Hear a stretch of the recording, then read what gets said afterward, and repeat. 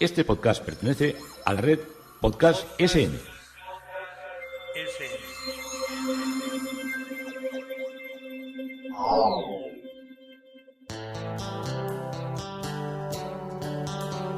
Historia con sentido. Un podcast realizado y presentado por Juan Carlos González.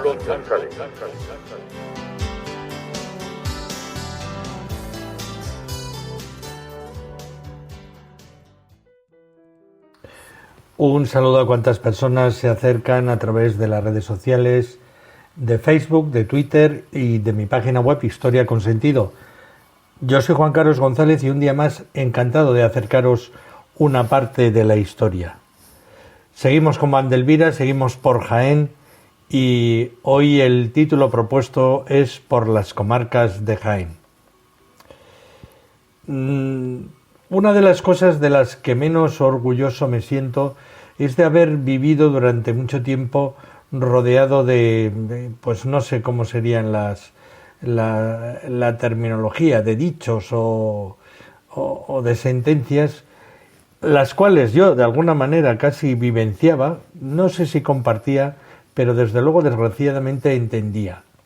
Una era que África empezaba en los Pirineos, que era un dicho muy francés que consideraban que cuando uno traspasaba las altas montañas por el centro o vadeaba los ríos o las playas de los dos extremos del Pirineo, donde terminan tanto por Cataluña como por Euskadi y por el País Vasco, empezaba un mundo atávico con gente con turbante y que todavía estaba comiendo dátiles. Casi éramos un poco como monos para todos estos franceses que nos miraban por encima del hombro. Y el otro, en la zona donde vivía, era ya, si África empezaba en los Pirineos para los franceses, ya más allá de despeñaperros, como decían ellos, con triple R, era algo ya que era como la mayor infamia que podía tener uno. Era como vivir en un submundo, en una especie de arroyo abandonado y hediondo. Así eran ciertas mentalidades de gente con la cual tuve que convivir y frase que oí muchísimas veces. Qué lejos de la realidad estaban. Debajo de Despeñaperros hay una prominente tierra con mucha originalidad, con mucha creación, con mucho sentido común y con mucha cultura y con muy buena gastronomía y con grandes cosas. Muchas veces cuando hacemos sentencias como estas que equivocamos estamos, sobre todo porque no lo conocemos. Y como no conocemos, pues y estamos andando por Jaén. El primero, a mí Jaén me encanta, pero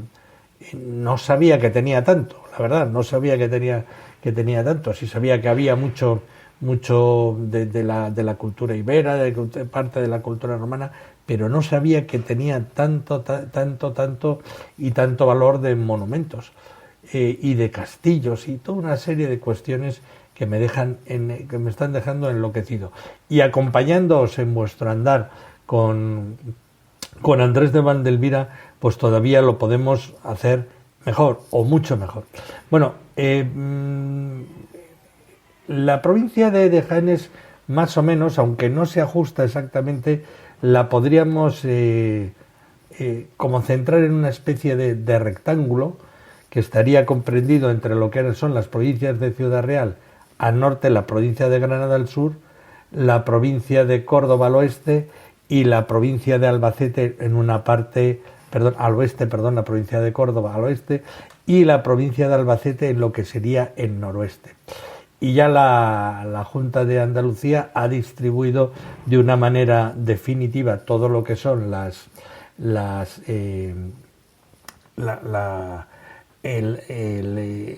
estructura geográfica en comarcas, que se ha centrado sobre todo en su realidad agraria, más que en una cuestión poblacional, puesto que la gran importancia de lo que mayoritariamente vive Jaén es de la producción olivarera y por la producción cerealística, que tampoco es escasa, también tiene una producción cerealística importante. Entonces se divide en las comarcas de Sierra Morena, el Condado y la Sierra de Segura por el norte. Estas son las que dan la Sierra Morena da Córdoba, que se prolonga por ahí, pasará por Cerro Muriano. Alguno que esté oyendo se acordará y sonreirá de lo que fue, de lo que era iba a decir el látigo militar, no sé si se puede decir látigo militar, pero sí que la impronta que marcaba el ir a aquel cuartel, que era para aguerridos y esforzados soldados de reemplazo que iban por allí. Y como os digo, al norte también está la provincia de Ciudad Real y la parte de la provincia de Albacete. Lo que es la Sierra de Segura, la zona de Albacete, es con mucho, no solo lo que menos conozco, sino lo que menos de menos. O sea, hay pueblos de por ahí que jamás los he oído hasta nombrar. En lo que es la zona centro de la provincia estaría la Campiña Norte, la Loma, y en un lado ya la Sierra de Cazorla, y en la parte sur está la Campiña Sur, que es donde está ya la capital Jaén, y la Sierra Sur, que ya es la parte que se mete dentro de lo que es la provincia de Granada, y que es toda esta parte que tanto me enloquece a mí, que es Alcalá la Real y todos estos pueblos fronteros en lo que era ya la línea final con Al-Ándalus, la zona de castillos más bella y más hermosa que hay. Y normalmente cuando entramos por lo que es la zona de Jaén de la comarca de Sierra Morena, que está formada por los subsectores, por decirlo de alguna manera, por Aldea Quemada, donde propiamente está Despeñaperros, por Santa Elena, donde está el recuerdo de las Navas de Tolosa, por la Carolina, que es donde se creó un pueblo con unos proyectos ilustrados, Baños de la Encina, y Andújar y Marmolejo, que son las ciudades más importantes. Me dejo subcomarcas, pero no voy a entrar porque como luego nos vamos a meter por muchos pueblos, vamos a recorrer las ubicaciones. Y en Santa Elena, como os digo, hay un sitio que es muy interesante, que es el enclave de la batalla de las Navas de Tolosa. Y aunque han transcurrido ya 500 años, casi día por día la fecha de que un ejército, que era muy complejo, porque eran piezas pequeñas, pero había unidades castellanas, había navarras, aragoneses, portugueses, y fue donde de alguna manera en este corazón de Sierra Morena, donde se produce el enfrentamiento con las tropas almohades, que eran mucho más numerosas y aun estando en una posición favorablemente defensiva, y al cuyo frente estaba Miramamolín, es Amir al-Mu'minin al-Nasir, que era el verdadero nombre. Pues este hecho histórico es el que dio lugar a que Nafarroa tenga las cadenas en su escudo, y en el escudo territorial nuestro general también aparecen como escudo formando parte de los reinos, y que este hito supusiera ya el no retorno de lo que era el avance conquistador, más que de reconquista, el avance conquistador de los reinos cristianos del norte sobre Al-Ándalus. 16 de julio de 1212, el momento decisivo en un proceso iniciado 2 años antes, cuando el rey castellano Alfonso VIII, que vive entre 1158 y 1214, se negó a renovar las treguas acordadas tiempos atrás con los norteafricanos, porque estos almohades eran del norte de África. Fue una decisión valiente y estaba inspirada en un doble designio, que era el buscar el desquite de la derrota ominosa que le había infligido 17 años antes en Alarcos el padre de Al-Nasir, Yubac al-Mansur, y también la iniciativa frente al poderío almohade, que en su apego de extenderse y recuperar todo lo que era la línea del Tajo. O sea, estamos hablando que estamos ya muy cerca del Guadalquivir, pero el intento era volver a recuperar y a controlar todo lo que era esa franja tan importante, que era la que de alguna manera marcaba todo lo que era el centro peninsular.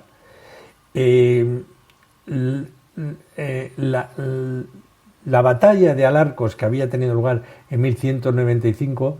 se debió, al decir de las fuentes, a la precipitación del entonces joven rey Alfonso VIII, que desencadenó la lucha cuando aún no se habían concentrado todo lo que eran las fuerzas cristianas. Rodrigo Jiménez de Rada, un navarro de nacimiento y que por entonces era arzobispo de Toledo, que era gran cronista de aquellos episodios y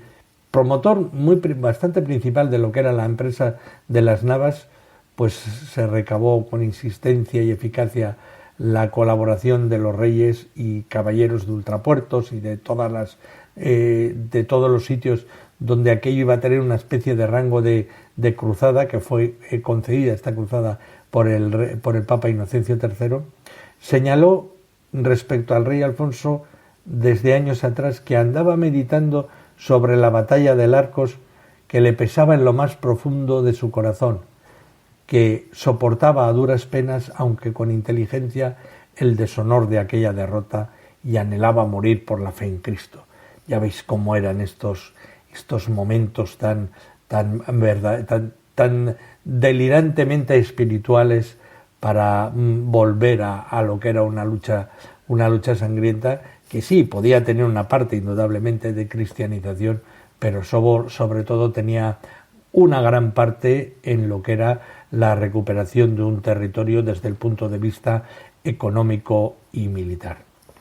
Y todo esto, porque como vamos a seguir hablando más de las Navas de Tolosa y de todo lo que son las comarcas jienenses, nos lleva otra vez al arquitecto Andrés de Vandelvira y nos lleva a un pueblo de Jaén, a la Iruela. Hoy nos vamos a mover esencialmente por diversos pueblos de la provincia, recorriendo elementos que podemos ir a visitarlos porque son elementos vivos, o sea, son construcciones que se han mantenido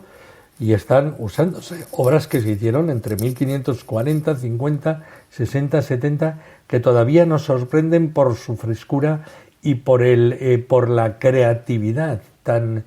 verdaderamente renacentista, tan bella, tan limpia y tan marcadamente identificativa que tiene Andrés de Vandelvira. Bueno, la actividad, nos vamos a la Iruela, Jaén, como os he dicho, al pósito, que era el depósito, era el alorí, la alhóndiga, todos estos términos con los que ya os he explicado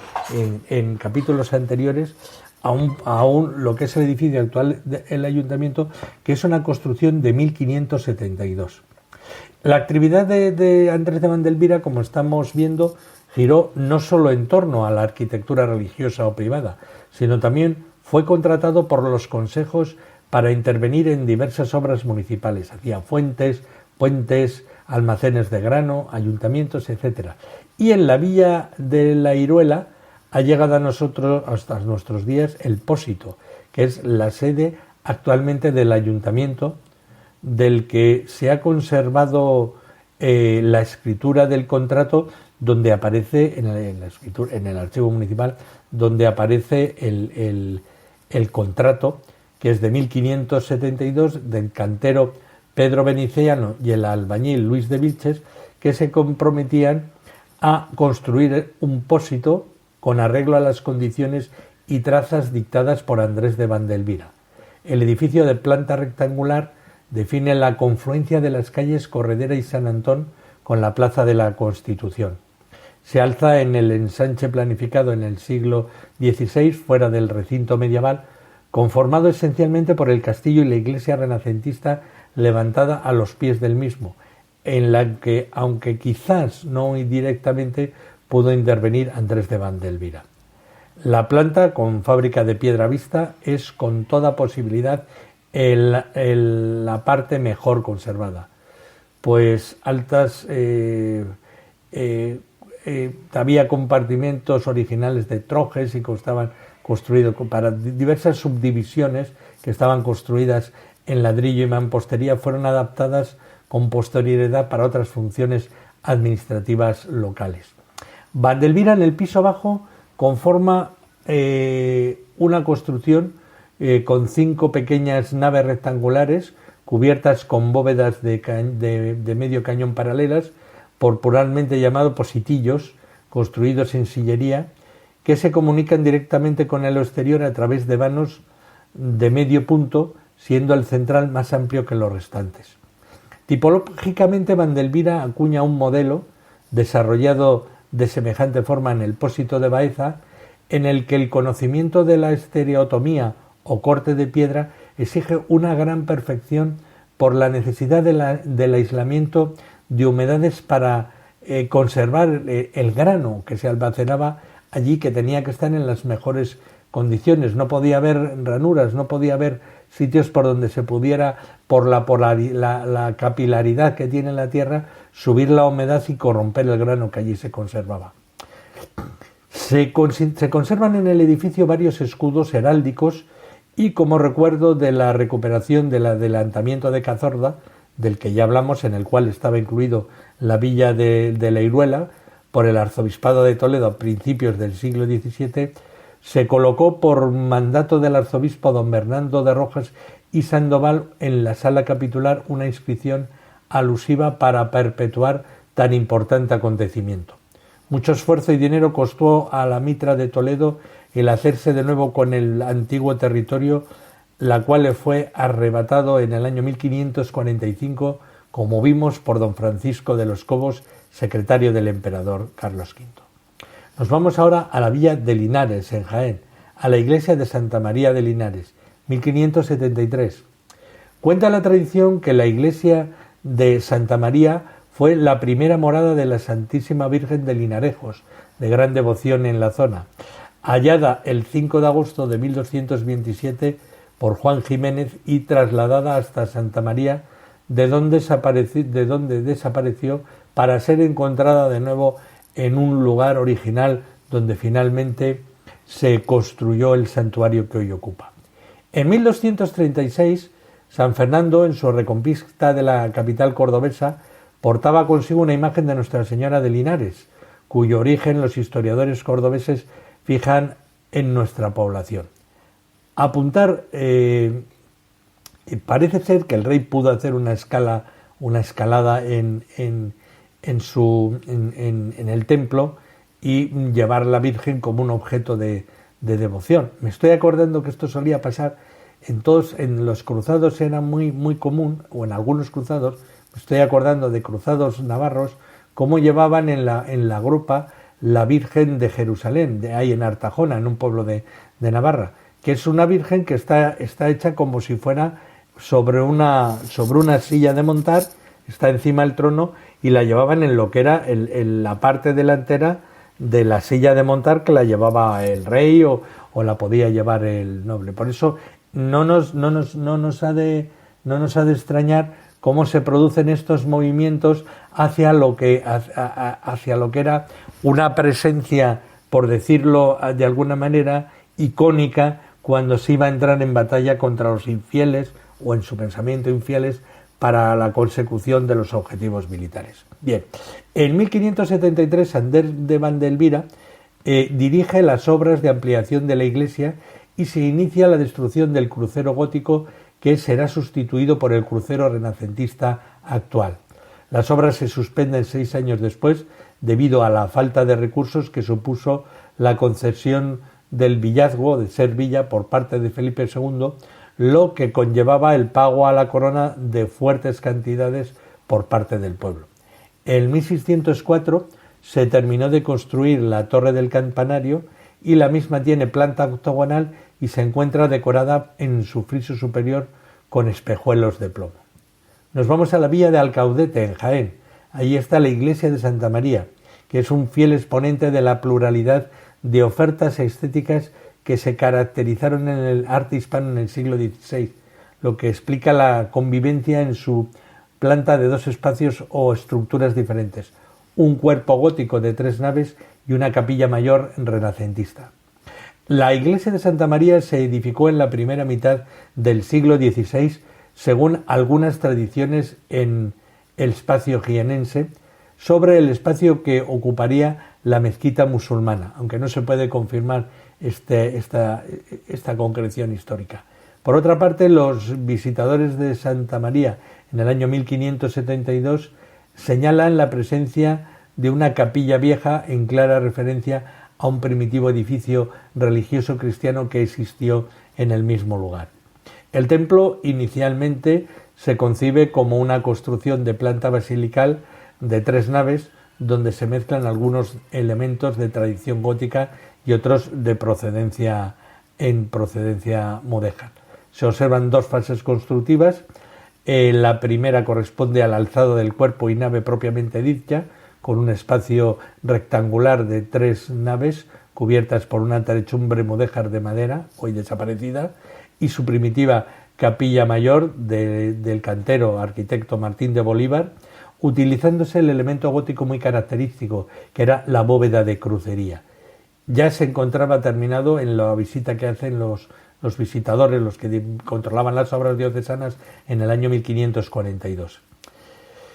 En la segunda, concluida 10 años después, la iglesia sufre una importante alteración al construirse la nueva capilla mayor de estilo renacentista, con el objeto de engrandecerla para ampliar el espacio religioso debido al crecimiento demográfico de la villa y a los numerosos clérigos que llegó a tener el templo. Cuando una villa se iba haciendo importante económicamente, podía permitirse contratar más curas para su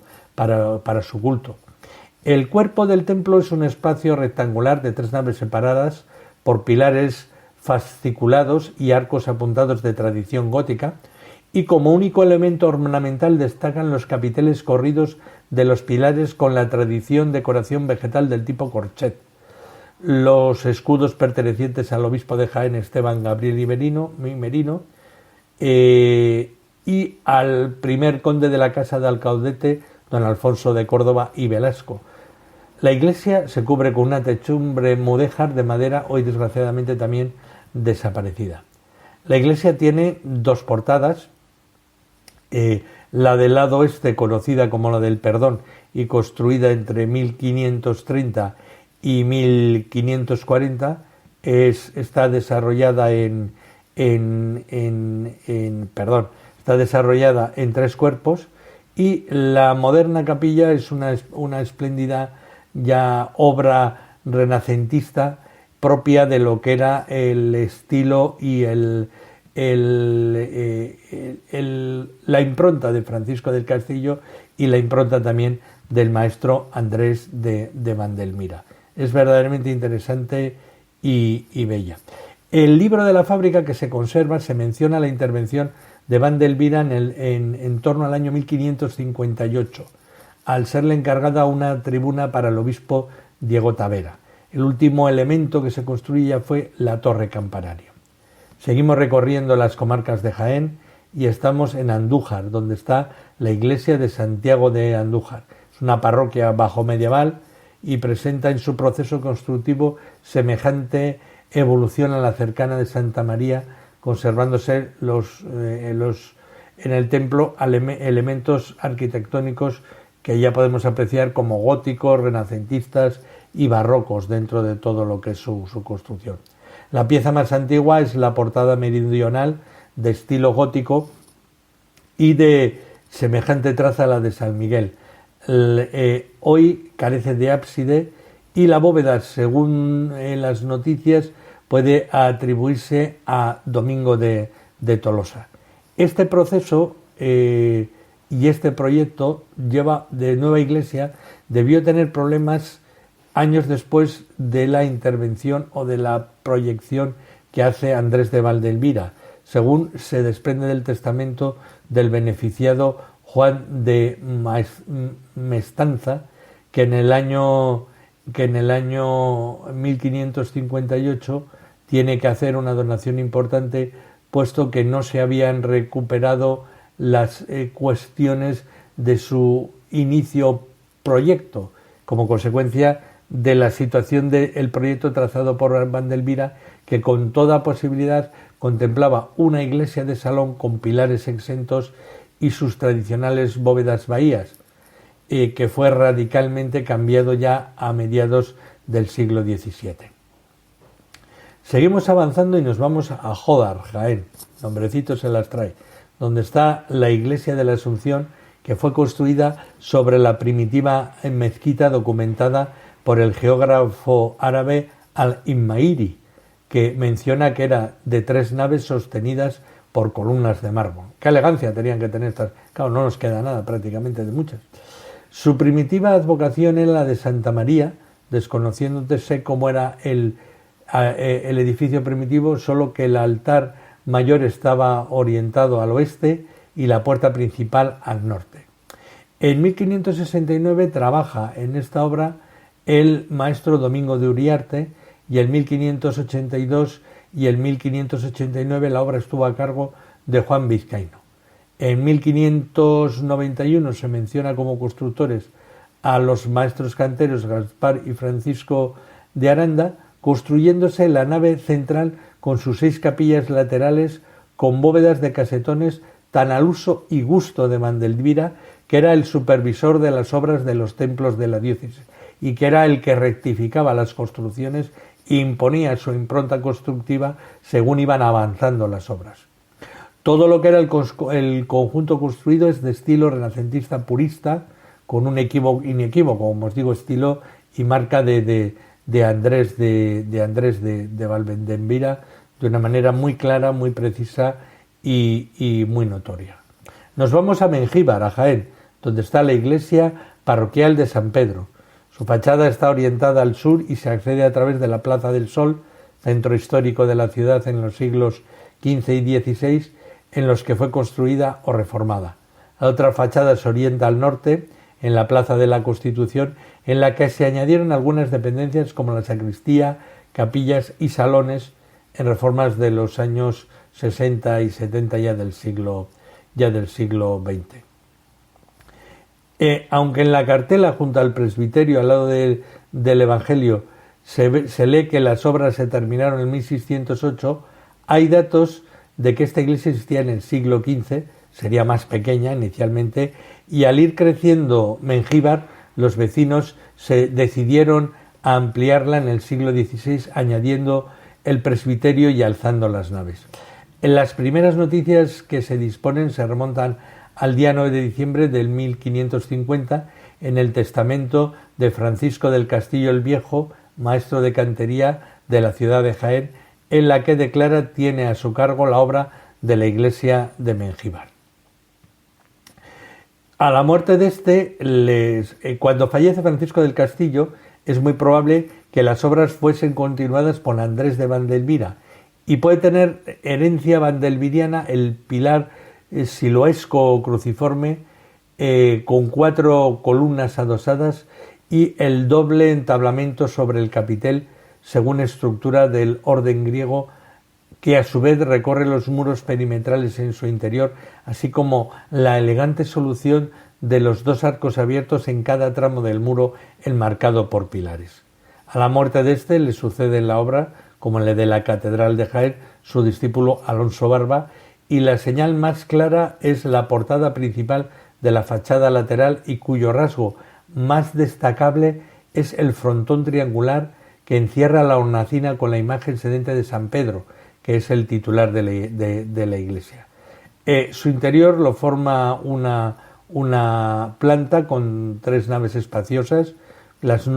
naves se cubren con bóvedas bahías, y el presbiterio tiene una bóveda de cañón de casetones que alberga los escudos de Ponce de León, patrocinadores del primer retablo en el siglo XVI,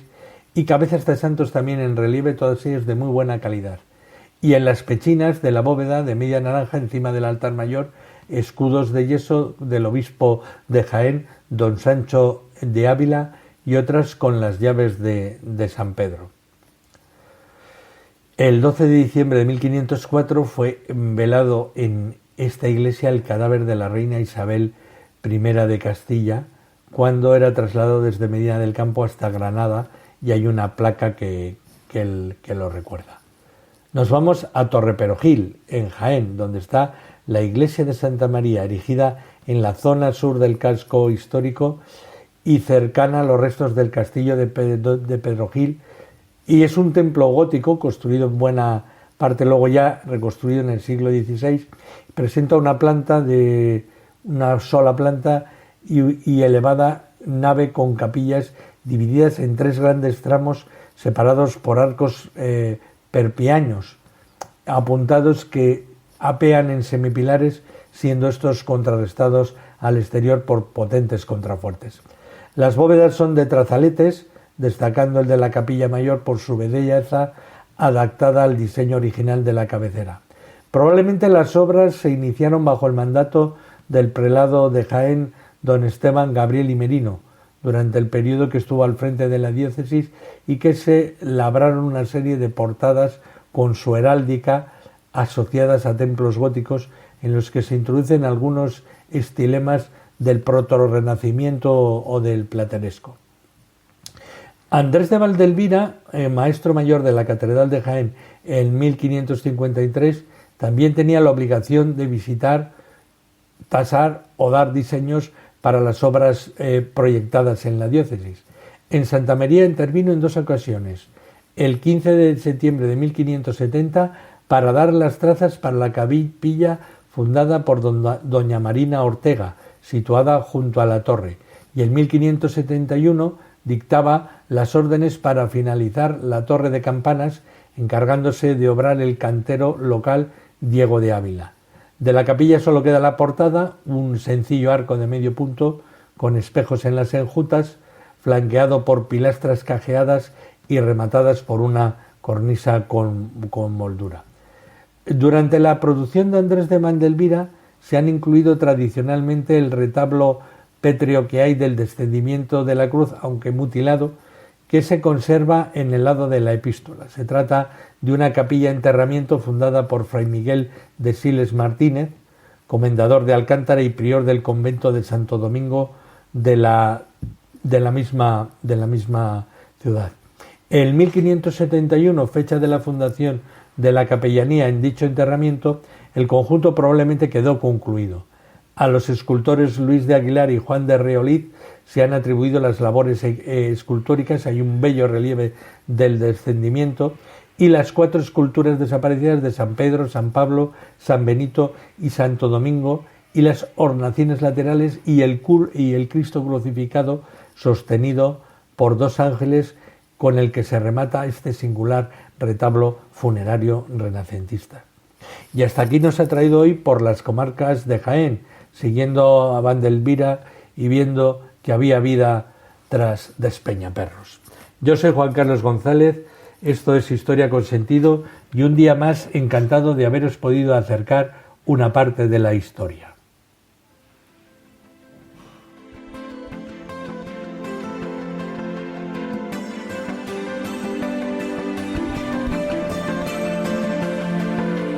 Hasta aquí un episodio más de Historia con Sentido.